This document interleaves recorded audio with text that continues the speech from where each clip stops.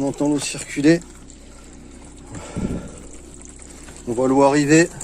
Okay. Ah, on a un petit bruit, ça pisse là. On a une fuite ici. Good morning YouTube. Bon voilà, ça faisait un moment que je vous parlais d'une expérimentation que j'étais en train de mener dans mon camping-car. Et c'est une expérimentation qui va s'adapter à tout van, à tout véhicule que tu peux aménager toi, ça peut être même dans une maison, dans un cabanon, donc vraiment pour pouvoir avoir de l'eau chaude à partir du solaire via une installation avec des panneaux, via une installation avec un convertisseur, via une installation avec un régulateur de charge également, et cet appareil que je vais te faire découvrir, que j'ai adapté. C'est un appareil en fait qui est à la base pour pouvoir chauffer un système de refroidissement dans un véhicule dans les pays très froids, de manière à démarrer plus facilement. Et cet appareil-là, je l'ai adapté. Tu vas voir comment. Camping-car, c'est vraiment Beyrouth là. Je travaille depuis plusieurs jours dessus. Un Truma, un chauffage, ben c'est à gaz. Il y a des nouveaux systèmes qui fonctionnent, qui se font Truma ou Webasto, mais bon, c'est dans les véhicules très récents. Moi, vous savez que je suis pas pour le gaz depuis le début de l'aventure à Neverland. Le gaz, c'est quelque chose que je fuis. Et donc, j'ai toujours voulu enlever mon chauffage Truma qui prend énormément de place, hein, ça prend une très bonne partie sous le lit, ou alors je me disais il faut que je fasse quelque chose. Et en fait là, c'est là que le truc est génial, c'est que le Truma aujourd'hui chauffe électriquement avec le soleil.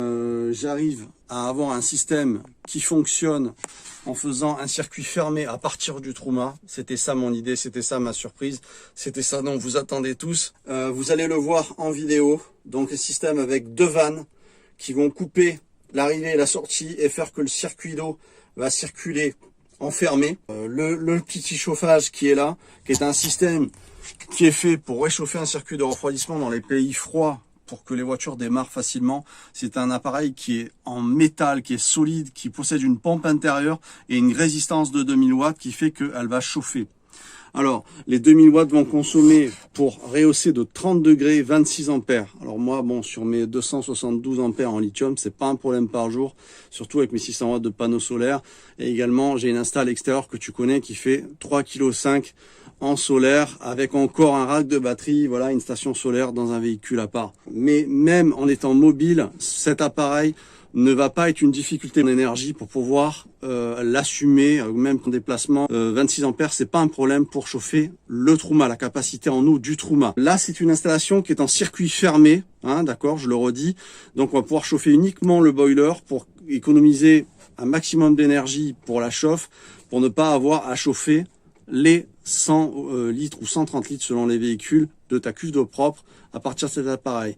Maintenant, ce que je vais faire après, une deuxième vidéo, je vais faire le même système qui va être pour chauffer les 100 litres ou les 130 litres, toute la cuve d'eau. À ce moment-là, ça va dépenser énormément d'énergie. Bon, ça sera pas un problème sur le terrain, donc je pense que je vais m'amuser à le faire. Mais pour le mec qui est mobile, franchement, il vaut mieux à la limite faire un système fermé où l'eau va rentrer et sortir dans ton Truma de manière à pouvoir avoir de l'eau chaude de ta capacité comme si tu l'avais chauffé au gaz. Je rappelle que le système ne condamne en aucun cas le gaz qui peut chauffer l'eau et qui peut également souffler pour chauffer ton véhicule. Mais ce système est également un système qui fonctionnera dans n'importe quel autre système de réchauffement d'eau. Pas besoin d'un Truma, vous pouvez très bien créer votre chauffe-eau vous-même. Sans dépasser 40 degrés, ça ira très bien. Il n'y aura pas forcément de problème de pression qui pourra arriver à ce que vous mettiez un système d'évacuation d'eau en pression d'excès, hein, comme il y a dans les chauffe-eau de maison. Ce système-là, à partir de cet appareil, que je vous invite à aller voir en description, ça coûte 32 balles. C'est du matos qui est solide, costaud. Franchement, je vous mettrai ça aussi en décomposé, la coupe de cet appareil qui est hyper solide. C'est rare de voir du matos comme ça en métal, en confection solide. C'est vraiment rare, c'est pour ça que ça m'a intéressé. Je voulais vraiment arriver à chauffer mon eau électriquement sans modifier mon Truma, mon boiler. Demain, j'ai plus envie de ce système. Crac, je remets les circuits comme ils étaient, c'est-à-dire que je rejoins les tuyauteries armées de l'entrée et de la sortie avec un raccord et c'est fini. On n'en parle plus. Vous pouvez vendre votre véhicule, la modification n'aura rien entamé à votre véhicule. C'est un système qui est adaptable, facile. Il suffit simplement d'avoir le petit matos que je vous montre, qui est en description, il y aura tout, même les colliers, parce qu'ils coûtent une fortune dans les magasins de bricolage, j'ai laissé tomber, 3,20 € les deux colliers, il vous en faut au moins 8-10, Donc voilà, je vous mets des liens, je vous mets le tuto, je vous montre. J'ai eu beaucoup de difficultés d'étanchéité parce qu'on a quand même presque 3 barres de pression. Ah, on a une fuite, on a à nouveau une fuite qui vient d'en bas, en dessous du robinet, qui vient là aussi. Non, ça va pas. Il y a la pompe de votre camping-car qui amène en pression l'eau, donc il faut quand même que ça soit bien. Moi j'ai mis du Sika pour que ça se passe très bien. C'est un Sika qui est particulier, j'en ai trouvé un mieux même sur AliExpress qui coûte moins cher. Je vous mets tout encore une fois en lien. Allez, je vous montre cette installation. Quoi qu'il en soit, dorénavant, dans mon véhicule, j'ai de l'eau chaude gratuite avec le soleil via mon convertisseur et une installation solaire qui va bien. Et moi, je suis ravi de ne plus utiliser de gaz, de combustible, de devoir acheter tout ça et d'avoir de l'eau bien chaude. J'ai commencé un petit peu la tuyauterie. Je vais expliquer tout ça progressivement. Mais là, j'ai un problème d'étanchéité, à savoir que j'ai de l'eau qui pisse. Et je vais maintenant m'attaquer à l'étanchéité. Parce que les 3 barres, ben tu sais que les pompes en fait mettent à pression les tuyaux de manière à quand tu ouvres, l'eau sort, et donc il y a une pression constante qui est là. Et donc là pour l'instant je me bats pour arrêter que ça pisse avec la puissance de ma pompe qui envoie presque 3 barres, voilà 2,8 barres exactement.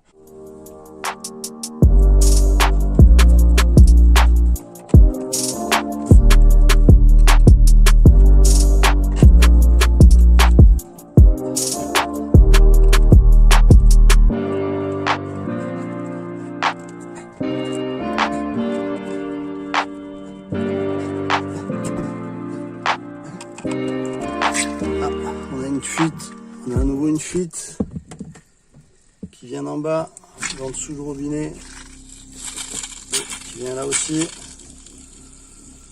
Non, ça va pas. Alors les différences de diamètre en fait créent des problèmes d'étanchéité. Du coup j'ai dû tout démonter. J'ai essayé de rattraper un peu à la con, mais finalement ça ne m'a pas plu parce que c'est pas du bon travail, donc j'ai démonté. Et alors si on regarde de ce côté, vous avez un diamètre en 16. Et les câbles armés d'origine dans les véhicules, c'est du 10. Donc pour le 16, c'est juste, même si tu chauffes, tu vas le déformer. C'est ce que j'ai fait, mais en fait la déformation empêche l'étanchéité. Même si vous mettez du téflon, comme c'est un tube qui est très très rigide, on n'arrive pas vraiment à quelque chose de bien. Donc j'ai limé avec une lime à bois un côté. Ce qui fait que j'arrive du coup à un diamètre en 10. Mais de l'autre côté, je vais garder mon diamètre en 16 puisqu'on a besoin de différentes dimensions. Comme les tuyaux que j'utilise, c'est du 15. Voilà, donc d'un côté, on va être en 15. Et de l'autre, à certains endroits, on va être à 10 pour rattraper l'installation d'origine. Et comme ça, on va arriver à avoir une étanchéité super via une cartouche. Donc je vais mettre du Sika, mais je vous mettrai un qui est moins cher parce que Sika c'est très très cher. Bon, j'essaierai au pire je vous mettrai un lien de ça, mais le moins cher que je trouve. Mais sinon je vais vous trouver un équivalent qui va aussi bien et qui vous coûtera pas cher sur AliExpress. Je mettrai ça en lien aussi. Tout le matos sera en lien. Donc je continue un petit peu, je vais rattraper mes colliers là. Je recommence tout parce que ça ne va pas. À ce niveau-là, ça fonctionne très bien. Mais ici, la puissance était répartie sur cet endroit-là. Ça crée vraiment énormément de pression due à la pompe qui envoie presque 3 barres. Et du coup, ça pissait dans le thé. Donc il faut faire quelque chose de vraiment solide. Du coup, je vais vraiment faire une petite canalisation bien collée au Sika pour plus que ça bouge. Obligé. Donc travailler au sec, on reprend tout à zéro. En fait, on ne trouve pas véritablement ce qu'on est en train de faire. Vous allez trouver, ça c'est ce qui se fait pour les camping-cars, les caravanes, c'est du 10 pour, encore une fois, les tuyaux armés. Et on n'a que ce genre de truc ou en T. Le problème, c'est que vous n'avez pas à aller avoir une valve comme on en a besoin d'une dans le système pour pouvoir faire un circuit fermé. Et donc, il faut être plutôt inventif. Et c'est pour ça que j'attaque ce côté-là pour qu'il passe bien dans les tuyaux de turbo armé et qu'on arrive à faire quelque chose de bien. Là, il faut être plutôt inventif, sinon tu fais pas quoi, tu fais rien. Alors, un nouveau moment de vérité. Donc là, je fais un test avec du Sika. Alors, Le Sika est très étanche, ça colle énormément pour voir si ça va tenir vraiment l'étanchéité qui jusqu'à maintenant pissait par là et pissait par le T. Donc je vais allumer la pompe, on va voir ce que ça donne. Hop, je viens d'allumer la pompe, on entend. Alors elle s'est arrêtée, maintenant je vais ouvrir la vanne. Et c'est là qu'à chaque fois ça merdait. Donc c'est parti, on ouvre, on va entendre l'eau circuler.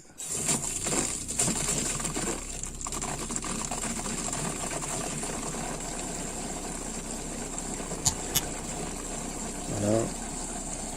Hop, j'éteins vite mon robinet, sinon ça va pas le faire. J'attends que tout se remplit.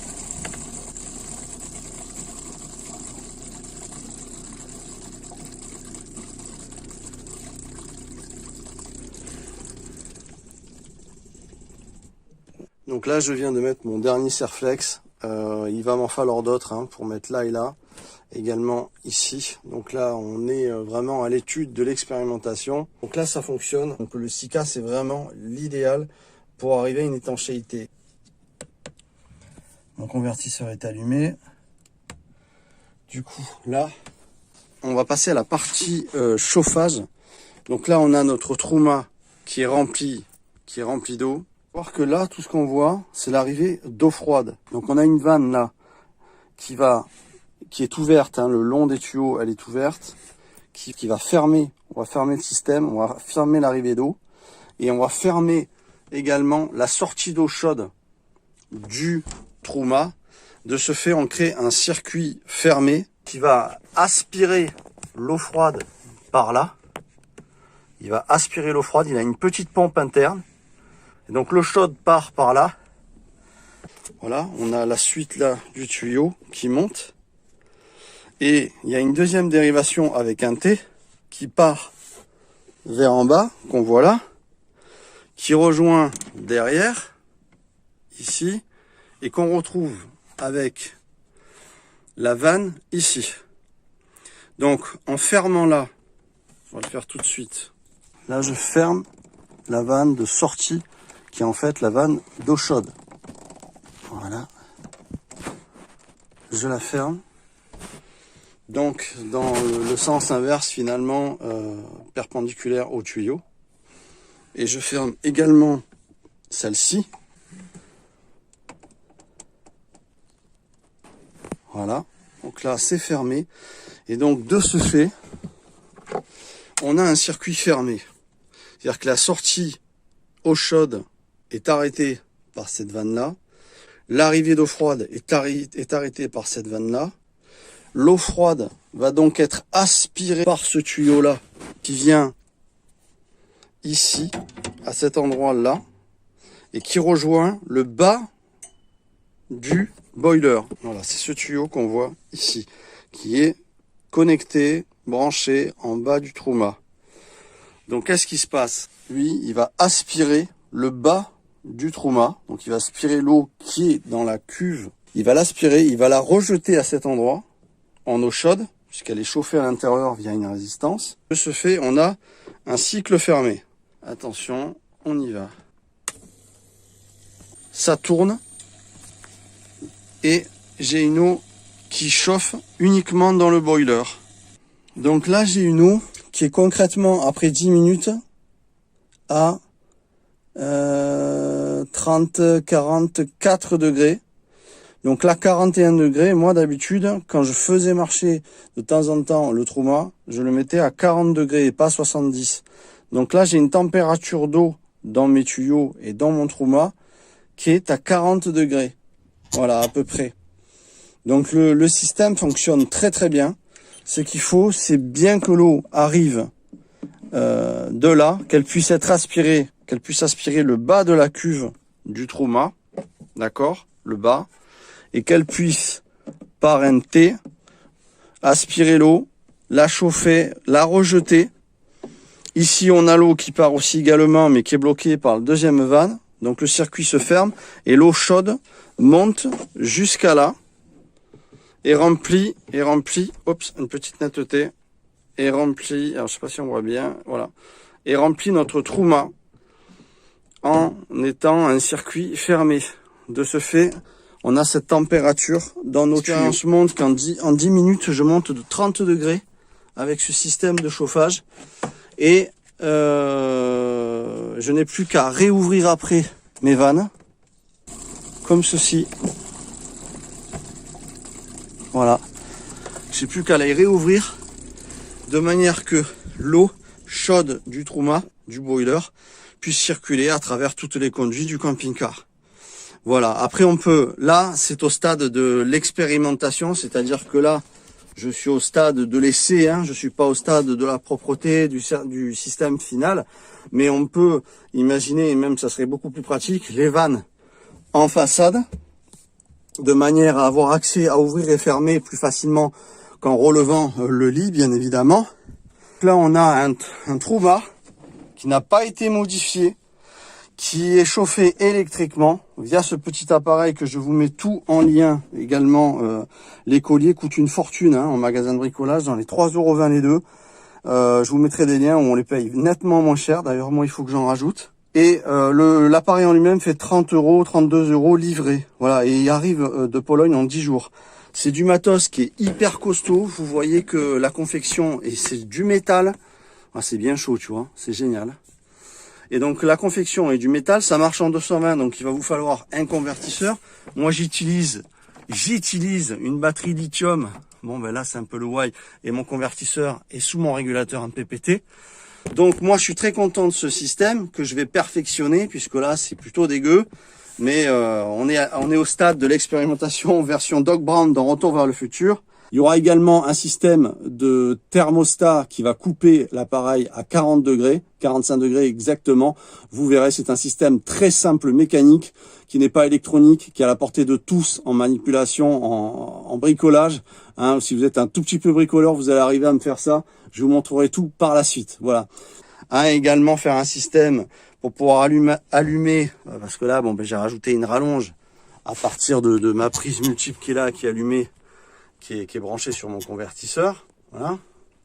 Donc j'ai branché la multiprise ici, provisoirement, pour brancher mon petit appareil chauffant, qui, je le rappelle, est pour un circuit de refroidissement à la base pour les pays froids, pour que les véhicules démarrent plus rapidement. Un système qui est fantastique, parce que je trouve qu'il n'y a pas beaucoup de modifications.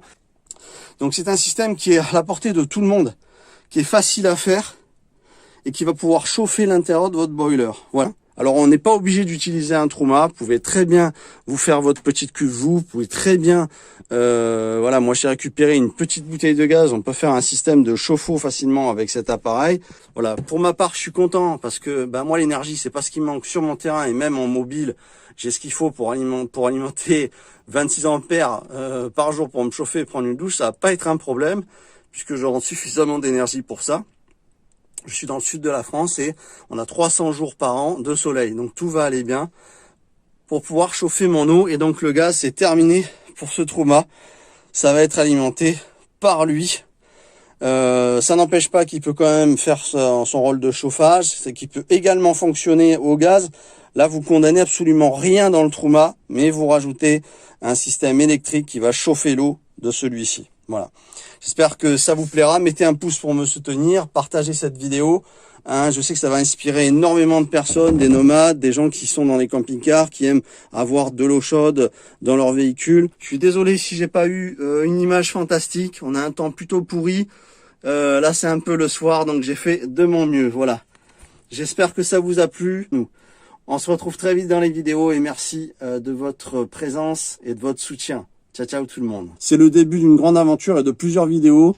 Ce chauffage, tu vas pouvoir chauffer de l'eau du moment que tu as une bonne install, une bonne batterie. Et encore une fois, vous retrouvez tout en lien, mon matériel qui coûte pas cher, qui coûte rien du tout, 4 fois moins cher que les batteries et que les régulateurs et que les autres panneaux solaires habituels, et qui fonctionnent et que moi j'utilise dans mon véhicule et que je connais, et je peux vous dire que ça va bien. Également les retours de mes abonnés qui me valident mes dires. Donc voilà, c'est parti, la grande aventure.